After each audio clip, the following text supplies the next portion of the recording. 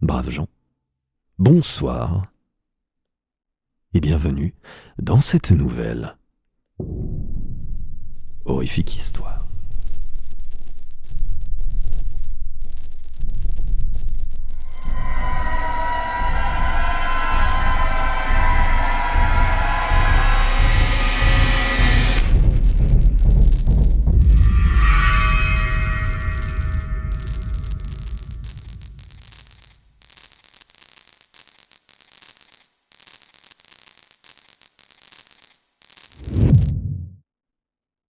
Et ce soir, dans Horrifiques Histoires, je vais vous lire la nouvelle « Jusqu'à ce que toutes les mères », une nouvelle de Robert H. Barlow, j'ai une petite bubule, c'était le coca, une nouvelle de Robert H. Barlow, coécrite avec Howard Phillips Lovecraft, qui ne s'est pas crédité. Voilà, cette nouvelle, je tenais à le préciser, il est dans le coin, mais pas crédité. C'est une nouvelle qui a été écrite et publiée en 1935 et traduite en français par Jacques Parsons. Trigger warning, suicide, a priori juste mentionné, mais voilà, je vous préviens. Braves gens, comme j'ai l'habitude de le dire, bonne écoute.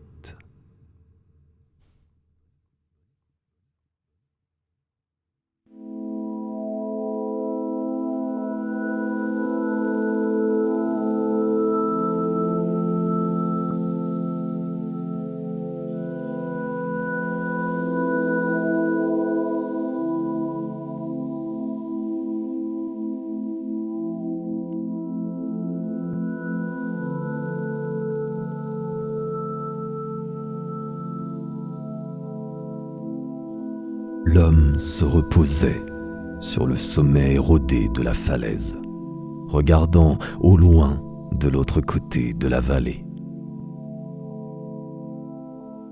Ainsi étendu, il pouvait voir à une grande distance, mais sur toute cette étendue desséchée, rien ne bougeait. Rien ne faisait voler la poussière de la plaine, le sable désintégré des lits de rivières depuis longtemps desséchés, où autrefois coulaient les torrents jaillissants lors de la genèse de la terre.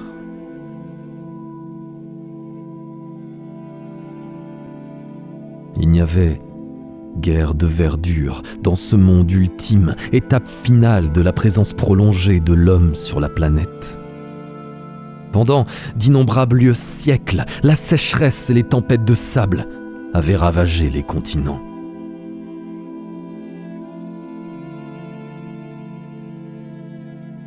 Les arbres et les arbustes avaient laissé la place à des arbrisseaux minuscules, rabougris, qui duraient longtemps à cause de leur robustesse. Mais, à leur tour, ils périrent sous l'assaut des herbes coriaces et d'une végétation fibreuse et rude, dont l'évolution était étrange.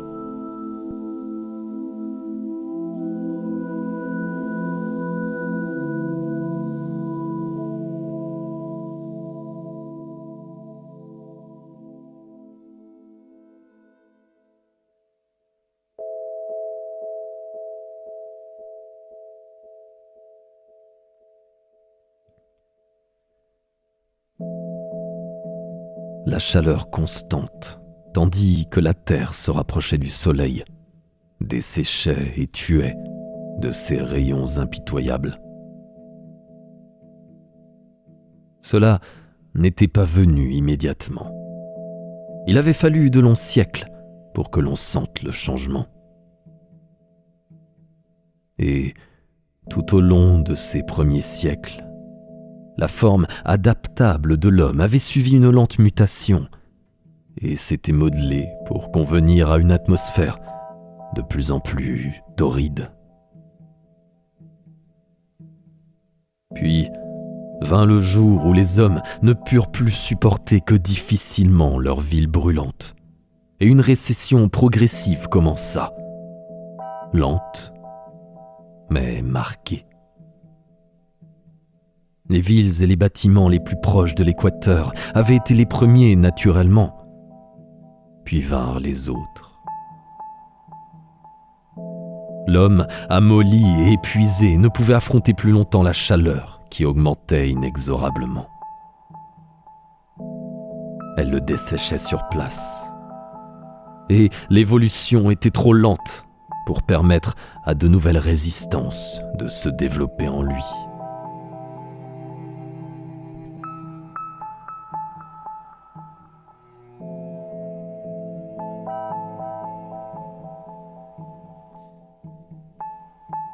Ce n'est pourtant pas dès le début que les grandes villes de l'équateur ont été abandonnées aux araignées et aux scorpions.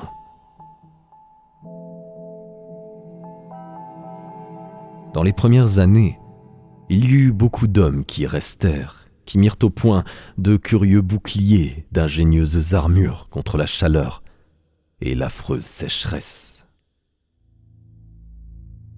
Ces âmes intrépides munirent certains immeubles d'écrans protecteurs pour endiguer la progression du soleil, créèrent des refuges, mondes miniatures où aucune armure protectrice n'était nécessaire. Ils conçurent des choses merveilleusement ingénieuses, si bien que, pendant un temps, les hommes se maintirent dans les tours en train de se rouiller, espérant ainsi pouvoir s'accrocher au vieux continent, jusqu'au moment où cette calcination se terminerait.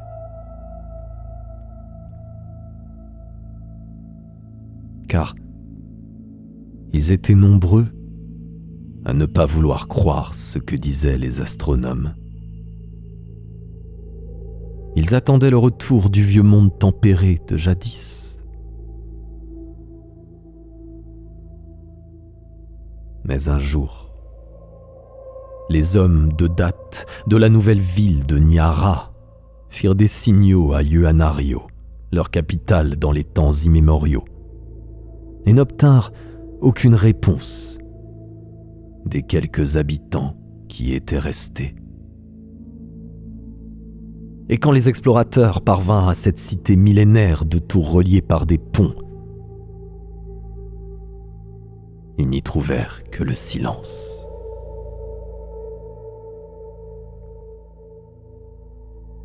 Il n'y avait même pas l'horreur de la décomposition, car les lézards éboueurs avaient été rapides.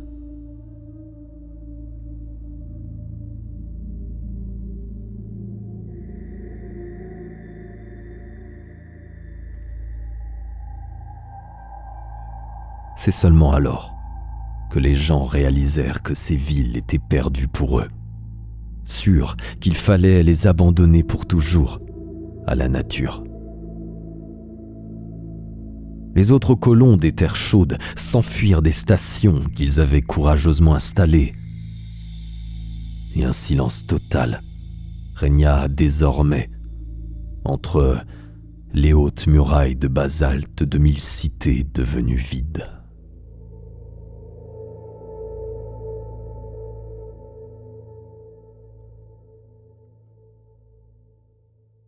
Finalement, rien ne restait de foules compactes et de multiples activités. Sur un fond de désert sans pluie, ne se détachaient plus que les tours calcinées des maisons vides, des usines, des édifices de toutes sortes, reflétant les rayons éblouissants du soleil et se desséchant dans une chaleur de plus en plus intolérable.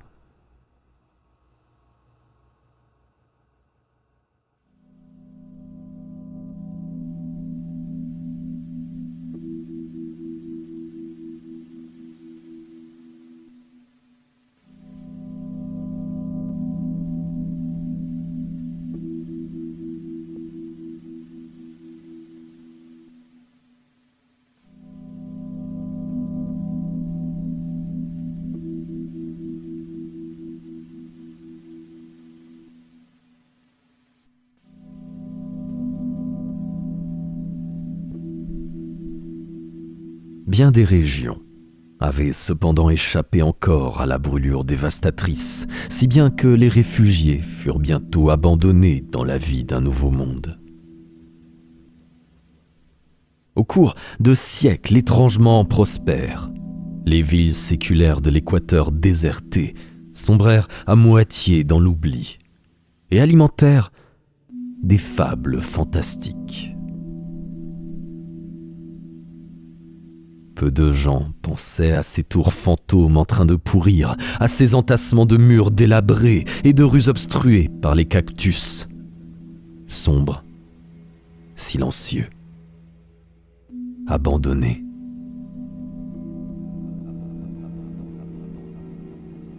Il y eut des guerres criminelles et prolongées, mais les périodes de paix étaient de plus longue durée. Et toujours, cependant, le soleil dilaté accroissait son rayonnement à mesure que la terre se rapprochait davantage de ce parent ardent. C'était comme si la planète avait eu l'intention de retourner à la source d'où elle avait été arrachée des millénaires auparavant, à travers les accidents de la croissance cosmique.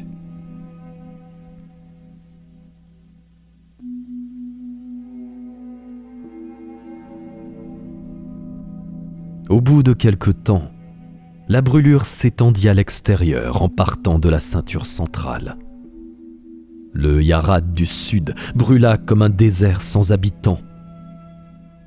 Puis, ce fut le Nord. À Perat et Baling, des cités antiques qui furent habitées pendant des siècles. Rien ne bougeait plus que les formes squameuses du serpent et de la salamandre, et à la fin, l'automne ne retentissait plus que du bruit que faisaient de temps en temps en s'écroulant les flèches chancelantes et les dômes tombant en poussière.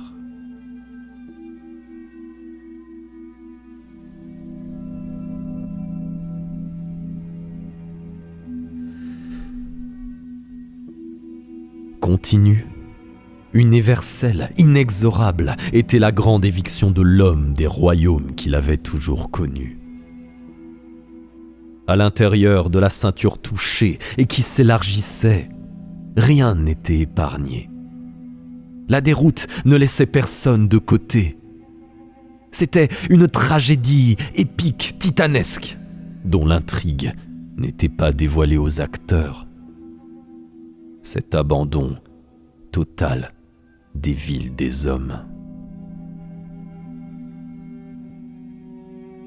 Cela prit non pas des années ni des siècles, mais des millénaires d'impitoyables changements. Et cela continuait toujours, lugubre, inexorable, sauvagement dévastateur.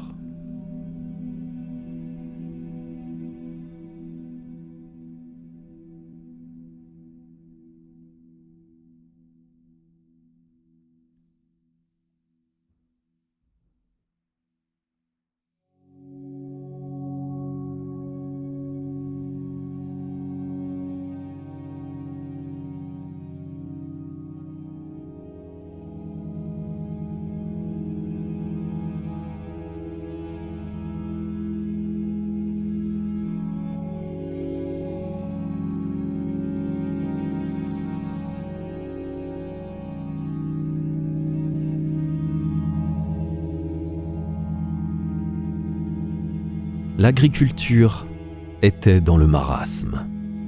Le monde devenait vite trop aride pour que des récoltes soient possibles.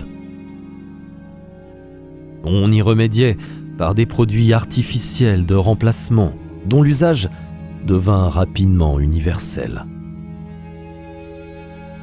Et lorsque l'on abandonnait les lieux anciens qui avaient connu les grandes réalisations des mortels, le butin récupéré par les fugitifs était de plus en plus réduit. Les objets représentant la plus grande valeur ou le plus d'importance étaient déposés dans les musées morts, perdus au cours des siècles. Et finalement, l'héritage d'un passé immémorial fut abandonné. Une dégénérescence à la fois physique et culturelle s'installa à la suite de cette chaleur insidieuse.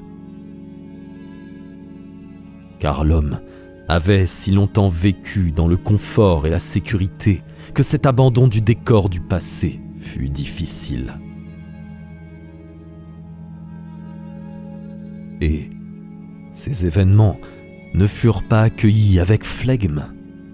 À elles seules, leur lenteur était terrifiante. L'avilissement et la débauche devinrent rapidement monnaie courante. Le gouvernement était désorganisé, les civilisations régressaient sans but vers la barbarie.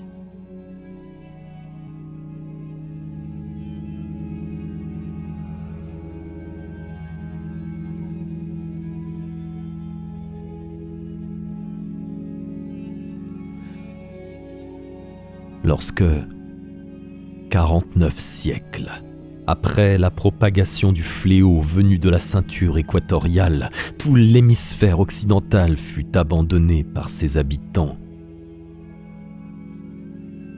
Le chaos était complet.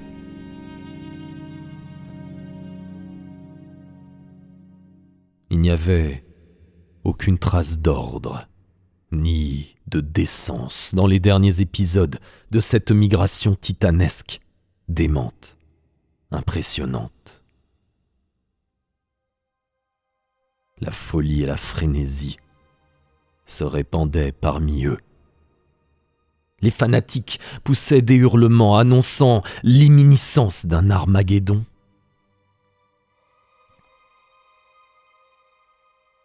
L'humanité n'était plus à présent qu'un pitoyable vestige des races anciennes, fuyant non seulement les conditions prédominantes, mais aussi la dégénérescence même de l'homme. Ceux qui le pouvaient émigrèrent dans les terres du Nord et de l'Antarctique. Les autres traînèrent pendant des années dans une incroyable Saturnale, doutant vaguement des désastres qui allaient arriver. Dans la ville de Borligo, il y eut une exécution massive des nouveaux prophètes, après des mois d'espoir déçus. Ils estimaient que la fuite vers le nord n'était pas nécessaire et ne voulaient plus regarder en face le dénouement qui les menaçait.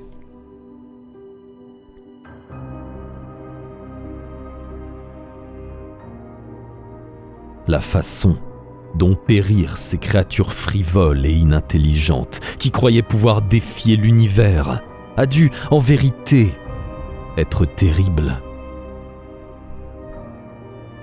Mais les villes noircies, calcinées, sont muettes.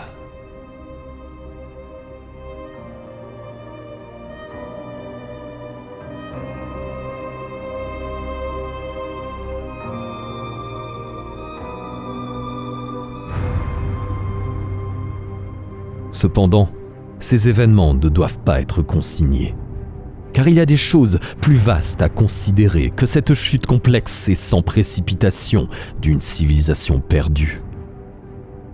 Pendant une longue période, le moral était au plus bas parmi les quelques hommes courageux qui s'étaient établis sur les rivages arctiques et antarctiques, devenus aussi tempérés que ceux du Yarat méridional dans un passé mort depuis longtemps.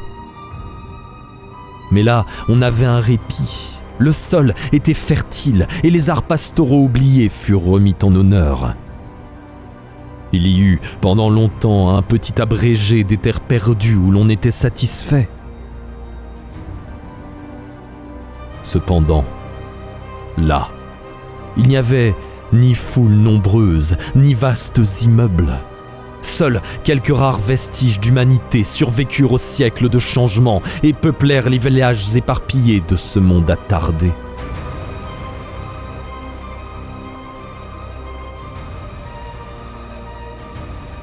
ne sait pas pendant combien de millénaires cela continua. Le soleil était lent à envahir cette dernière retraite, et tandis que les siècles passaient, une race saine, vigoureuse se constitua. Elle n'avait aucun souvenir des vieux pays perdus. Elle n'en connaissait pas les légendes. Ce nouveau peuple pratiquait quelque peu la navigation, et la machine volante était complètement oubliée. Son matériel était des plus rudimentaires.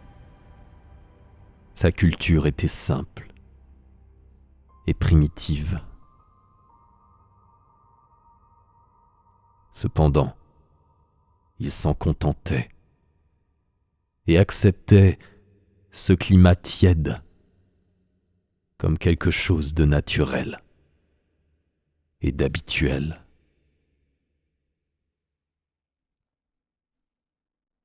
Mais, à l'insu de ces paysans simples, de nouvelles rigueurs de la nature se préparaient lentement.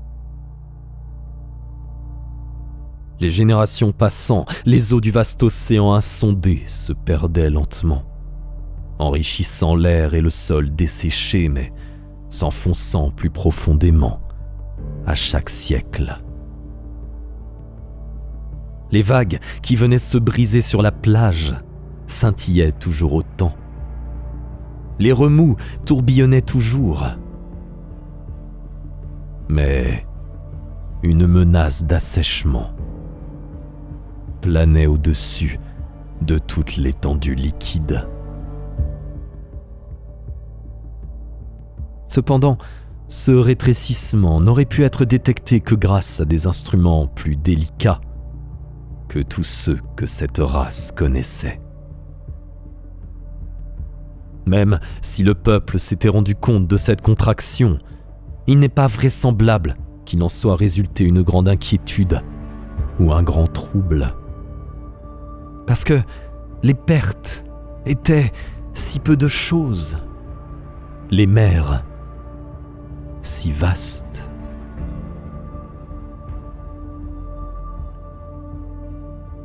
Quelques pouces seulement, pendant bien des siècles.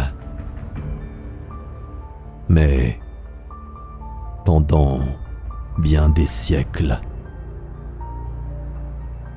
s'accroissant.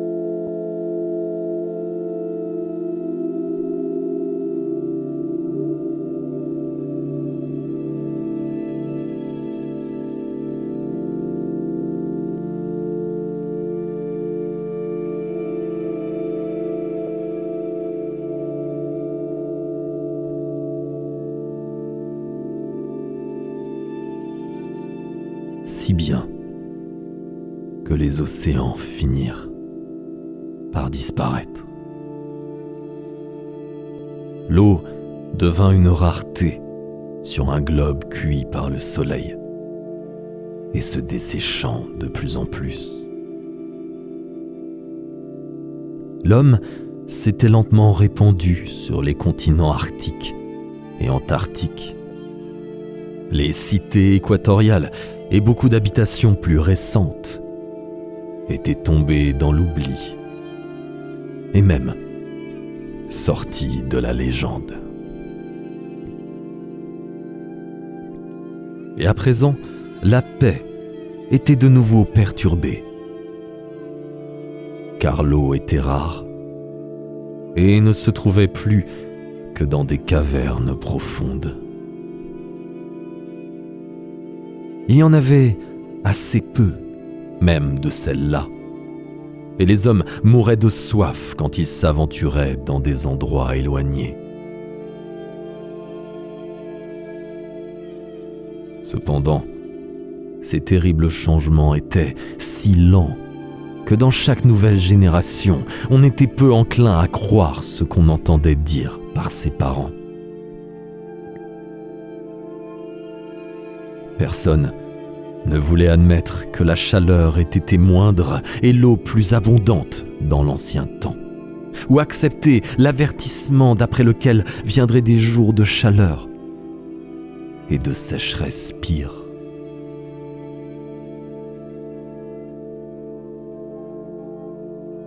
Il en était ainsi, même à la fin, lorsqu'il ne restait plus que quelques centaines de créatures humaines haletant à la recherche de leur respiration sous un soleil implacable.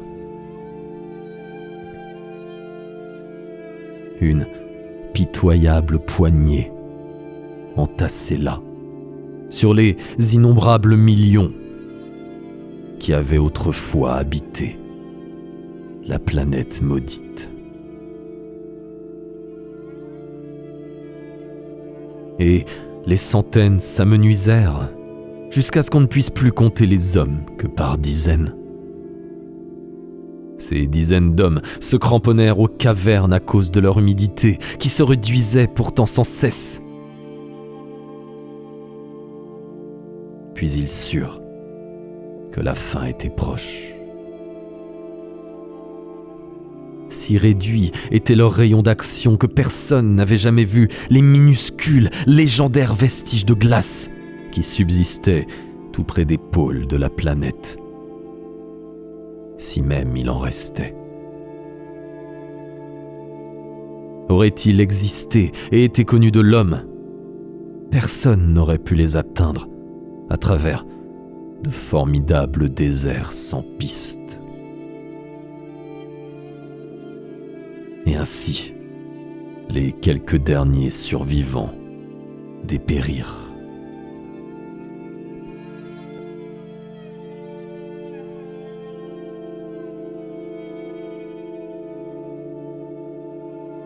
Cet enchaînement effrayant d'événements qui dépeuplèrent la terre entière ne peut pas être décrit. Il s'échelonne sur une distance trop stupéfiante pour qu'on puisse les décrire ou les jauger. Parmi ceux qui peuplaient la terre aux temps heureux, des milliards d'années plus tôt, seuls quelques prophètes et quelques fous auraient imaginé ce qui allait survenir, auraient eu la vision de ces terres silencieuses et mortes, de ces fonds sous-marins asséchés depuis longtemps. Les autres auraient douté de la menace de changement pour la planète et de déclin pour la race. Car l'homme s'est toujours pris pour le maître immortel des choses naturelles.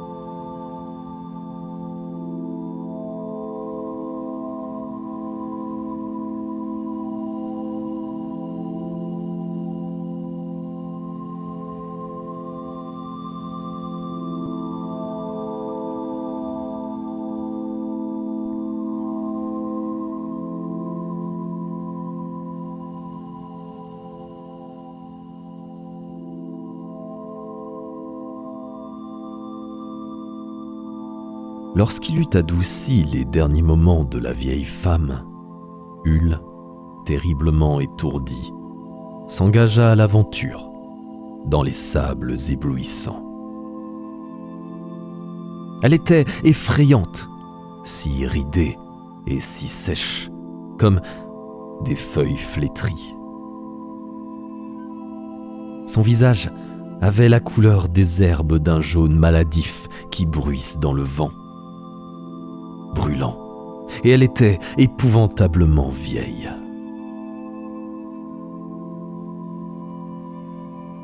Mais elle lui avait tenu compagnie. C'était quelqu'un à qui dire en balbutiant ses vagues terreurs, à qui parler de cette chose incroyable. Une camarade qui partageait son espoir d'être secouru par des gens venus de ces autres colonies silencieuses, au-delà des montagnes. Hull ne pouvait croire que personne ne vive ailleurs, car il était jeune et n'avait pas les certitudes des vieux.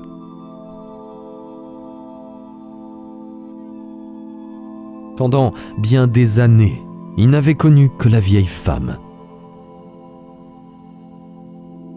Son nom était Mlanda.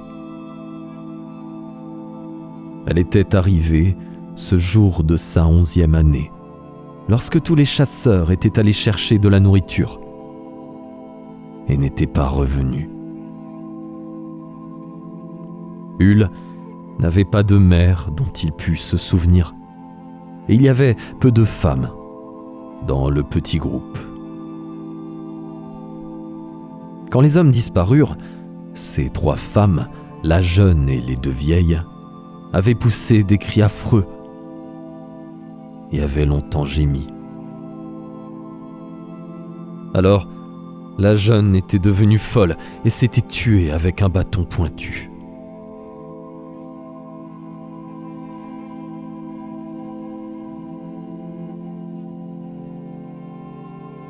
Les vieilles l'enterrèrent dans un trou peu profond qu'elles creusèrent de leurs ongles. Si bien que Hull était seul quand Mlanda, qui était encore plus vieille, était arrivée.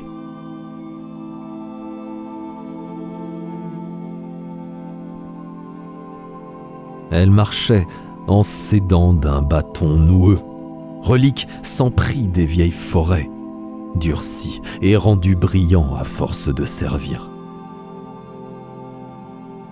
Elle ne dit pas d'où elle venait, mais elle entra en vacillant dans la cabane où la jeune suicidée avait été enterrée. Elle attendit là que les 2 autres reviennent. Et elles l'acceptèrent avec indifférence.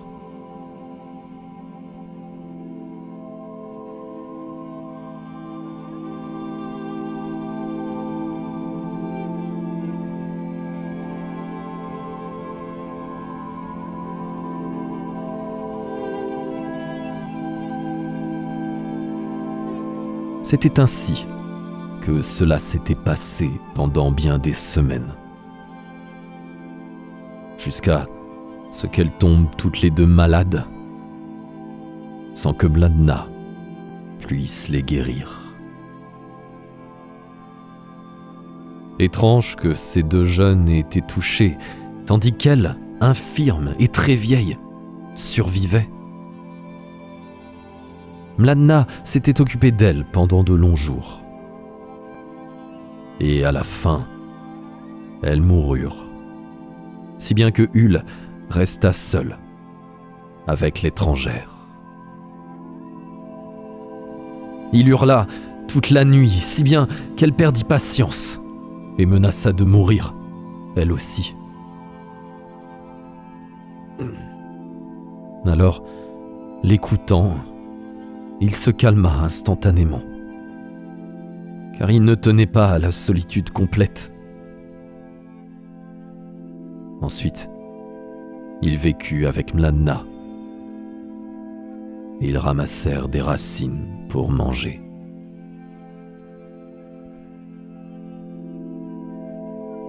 Les dents gâtées de Mlanda ne s'accommodaient pas de cette nourriture, mais ils imaginèrent de la hacher jusqu'à ce qu'elle puisse se débrouiller Cette routine monotone consistant à récolter et à manger. Ce fut l'enfance de Hull.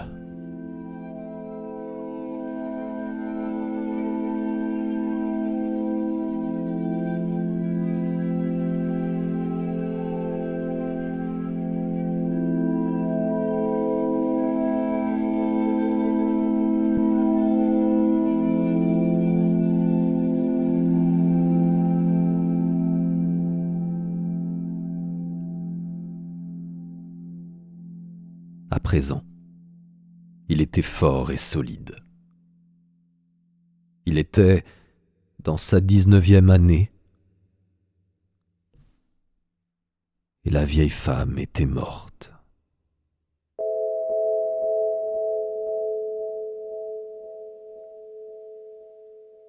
Il n'avait plus rien qui le retienne.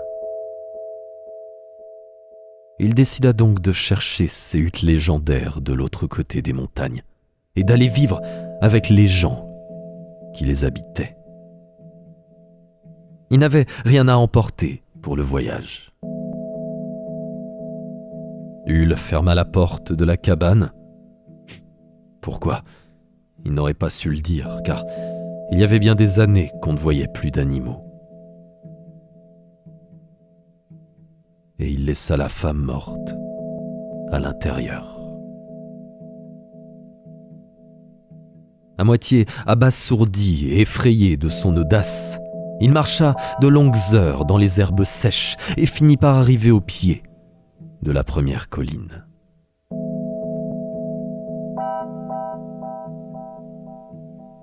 Vint l'après-midi. Il grimpa jusqu'à ce qu'il soit fatigué et il se coucha dans les herbes. Étendu là, les bras en croix, il réfléchit à beaucoup de choses. Il se posait des questions sur la vie de ces étrangers, passionnément anxieux de rechercher la colonie perdue de l'autre côté des montagnes. Mais à la fin, il s'endormit.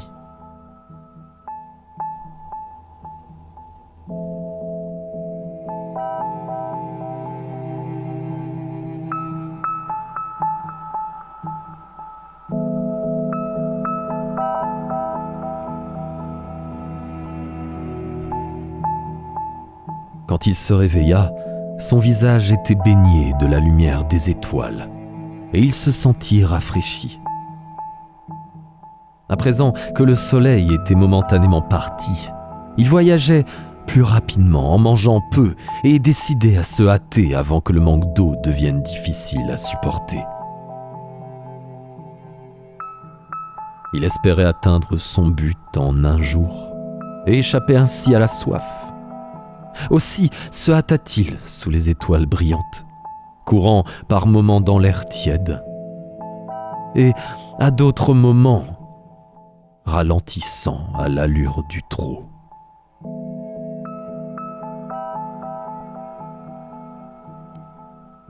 Il continua ainsi jusqu'au lever du soleil. Il était cependant encore entre les petites collines, avec 3 grands pics qui se profilaient devant lui. Il se reposa de nouveau à leur ombre. Puis il grimpa toute la matinée. À midi, il atteignit le sommet du premier pic. Là, il s'étendit un instant et examina l'espace qui se trouvait avant la chaîne suivante. Hull se reposait sur le sommet érodé d'une falaise en regardant au loin de l'autre côté de la vallée. Couché ainsi, il pouvait voir à une grande distance, mais dans toute cette étendue desséchée,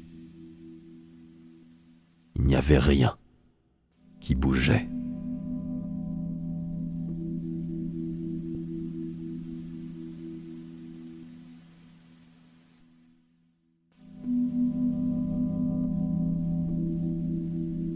La seconde nuit arriva, et trouva Hull parmi les pics escarpés.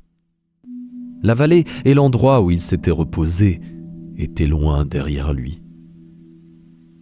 Il avait presque dépassé la 2e chaîne et il se hâtait encore. Ce jour-là, la soif l'avait terrassé et il regrettait sa folie. Cependant, il n'aurait pas pu rester là-bas avec le cadavre, seul dans les prairies. Il essayait de s'en convaincre et se hâtait toujours d'avancer en peinant.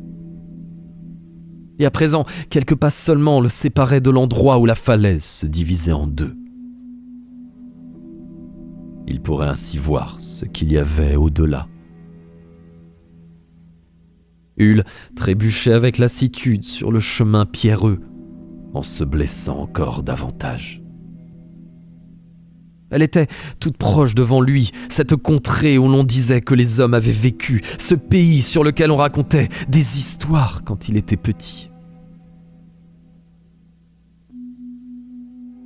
Le chemin avait été long, mais le but en valait la peine. Un rocher d'une énorme circonférence lui obstruait la vue. Il l'escalada avec anxiété. À présent, il pouvait enfin apercevoir à la lueur du soleil couchant sa destination, espérée depuis si longtemps. Sa soif, les douleurs de ses muscles furent oubliées quand il eut la joie d'apercevoir, accroché à la base de la falaise la plus éloignée, un petit groupe de maisons.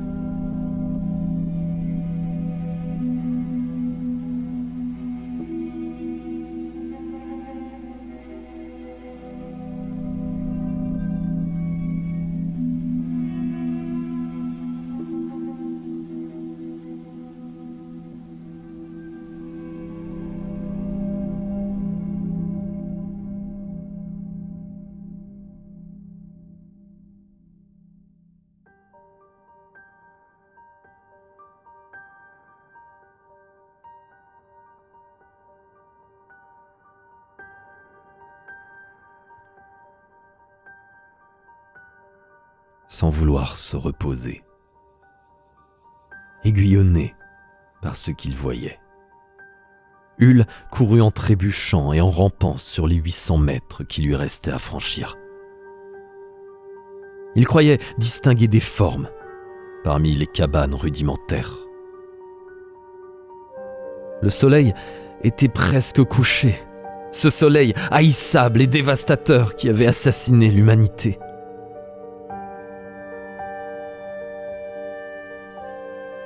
Il ne pouvait pas encore être sûr des détails. Mais bientôt, il serait tout près des cabanes.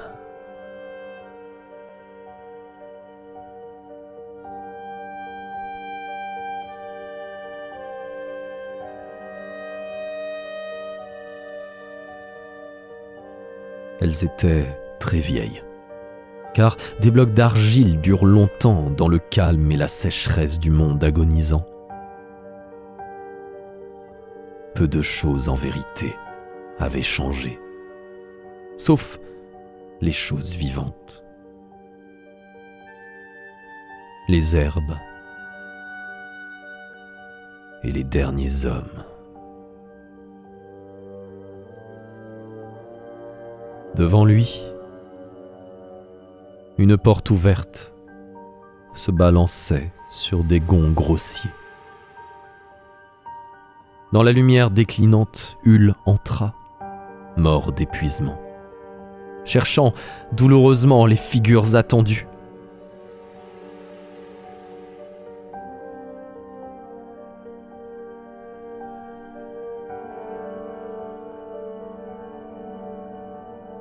Alors,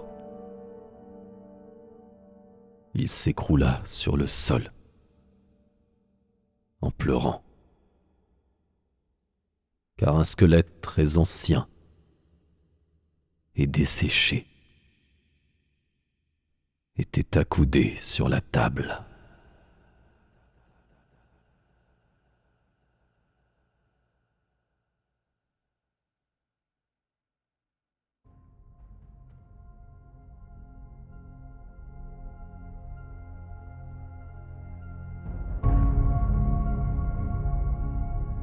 Il finit par se lever, rendu fou par la soif, en proie à des douleurs insupportables, souffrant de la plus immense déception qu'un mortel puisse éprouver. Alors, il était donc la dernière chose vivante sur le globe. L'héritage de la Terre était à lui, tous les continents, mais tous d'une égale inutilité pour lui. Il se leva en chancelant, ne regarda pas la vague forme blanche qui luisait dans le clair de lune et passa la porte. Il erra dans le village vide, en cherchant de l'eau, en inspectant tristement cet endroit vide depuis longtemps, préservé comme un spectre par un air sans changement. Ici, il y avait une habitation, là, un endroit simple où des objets étaient fabriqués. De la vaisselle de terre, ne contenant que de la poussière, et nulle part aucun liquide pour étancher sa soif lancinante. Et là, au centre de la petite ville, Hull vit la margelle d'un puits. Il savait ce que c'était car Mlanna lui avait raconté des histoires où il en était question. Avec une joie pitoyable, il se lança en avant et se pencha sur le bord. Cela marqua enfin le terme de ses recherches. De l'eau, vaseuse, stagnante et peu abondante, mais de l'eau, là, sous ses yeux.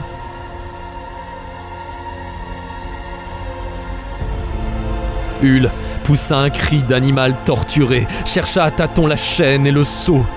Sa main glissa sur le rebord vaseux, il tomba, sa poitrine reposant en travers de la margelle. Il resta là, un moment, puis, sans un bruit, son corps fut précipité dans le gouffre noir.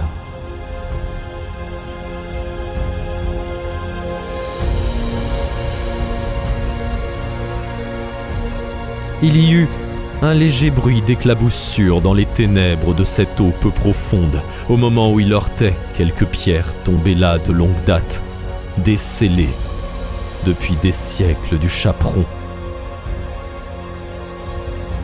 Les rides s'effacèrent de la surface de l'eau. Et maintenant, pour finir, la terre était morte. Le dernier pitoyable survivant était mort. Tous les milliards d'êtres foisonnants, les siècles lents à s'écouler, les empires et les civilisations du genre humain se résumaient dans cette pauvre forme tordue. Et comme tout cela avait été monumentalement dépourvu de signification. À présent, vraiment était venue la fin et l'apogée de tous les efforts de l'humanité. Quel apogée monstrueuse et incroyable aux yeux de ces pauvres fous, pleins de satisfaction, des jours de prospérité.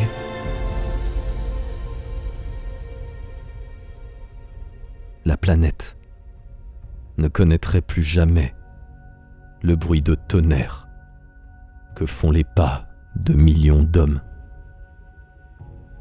ni même la reptation des lézards et le bourdonnement des insectes,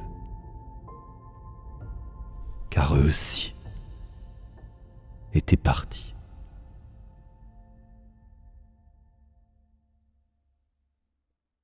À présent était venu le règne des branches desséchées et, à perte de vue, des champs d'herbes épineuses. La terre comme sa froide, imperturbable lune, était abandonné pour toujours au silence et à l'obscurité. Les étoiles continuent à tourner. Le plan insouciant continuera pendant des infinités inconnues. Ce dénouement banal à un épisode négligeable n'intéresse pas les nébuleuses lointaines ou les soleils nouveau-nés qui se développent et qui meurent.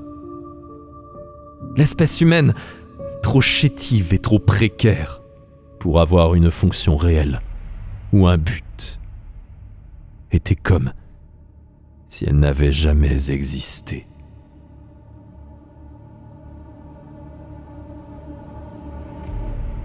C'est à une telle conclusion qu'avaient conduit les siècles de son évolution laborieuse et risible.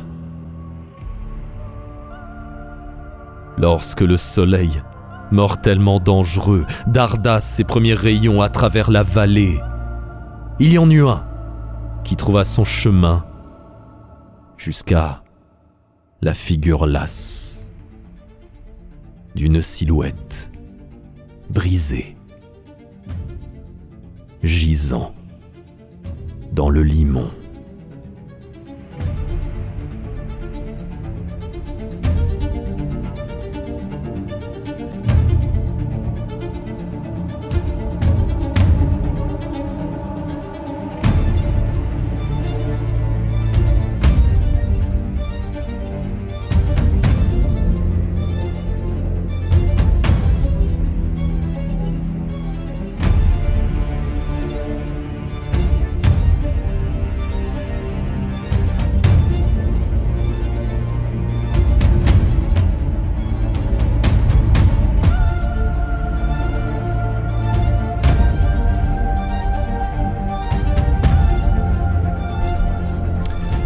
Et c'est la fin de l'humanité et de l'histoire.